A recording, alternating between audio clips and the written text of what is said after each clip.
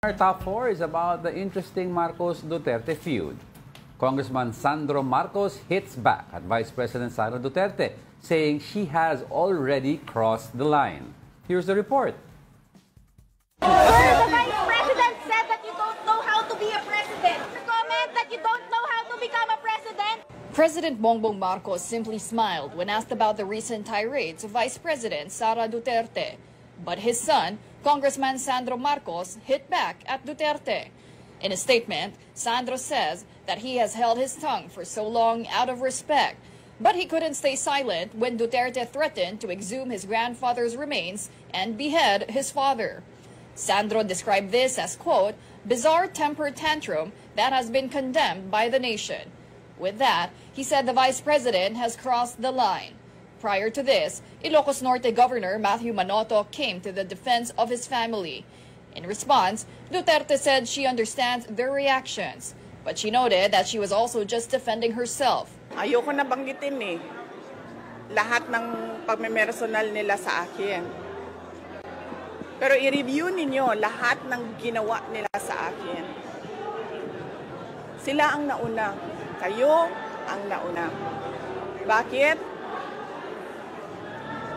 Because of envy and jealousy.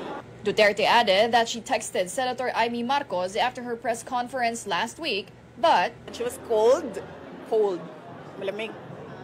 And then meron siyang sinabihan ng common friend namin na naiinis siya sa akin at kay BBM. And then sinabihan ko yung common friend namin, sabihin mo sa kanya, huwag siya mainis sa akin at kay BBM. Mainis siya kay Lisa at kay Martin. And what can you expect kung maging cold siya sa'yo? Naririto na ako Diba? I mean, you cannot take it against a daughter or a son to be angry pag yung tatay mo at kapatid mo ininsulto. And we all know naman si Senator Amy Marcos kung gaano niya kamahal yung tatay niya That's why I think this actually, is one of the reasons she did Congressman this. Sandro rightfully put it when saying you threaten to exhume the body of a former president and you threaten to behead a current president all in one statement. Do you imagine? Diba?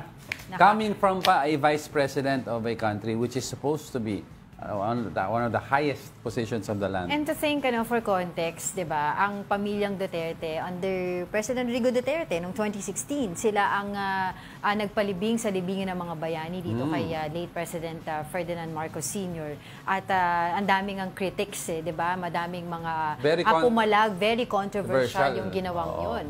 And right now, yung kanilang relationship talaga ay turned sour, ika. Because of politics. Because of politics. Papatayan sa politika. At naghamunan pa, that same ambush interview, hinamon din ni dahil nga sinabi nga yung kung may problema siya mentally, ganyan, sabi niya, willing siya magpa-check at magpa-drug hair follicle test daw dapat. Actually, last night, may nakita rin akong balita na nagsimula na itong si Congressman, si Pulong Duterte. Si Baste. Kasama ba si Baste? Ang nakita ko lang si Pulong Tapos hinahamon niya yung kanyang kalaban sa first district ng Davao na magpa din hair follicle test. Parang kasi yung hair follicle test up to 3 months ang ang tracing kung may drug sa system mo.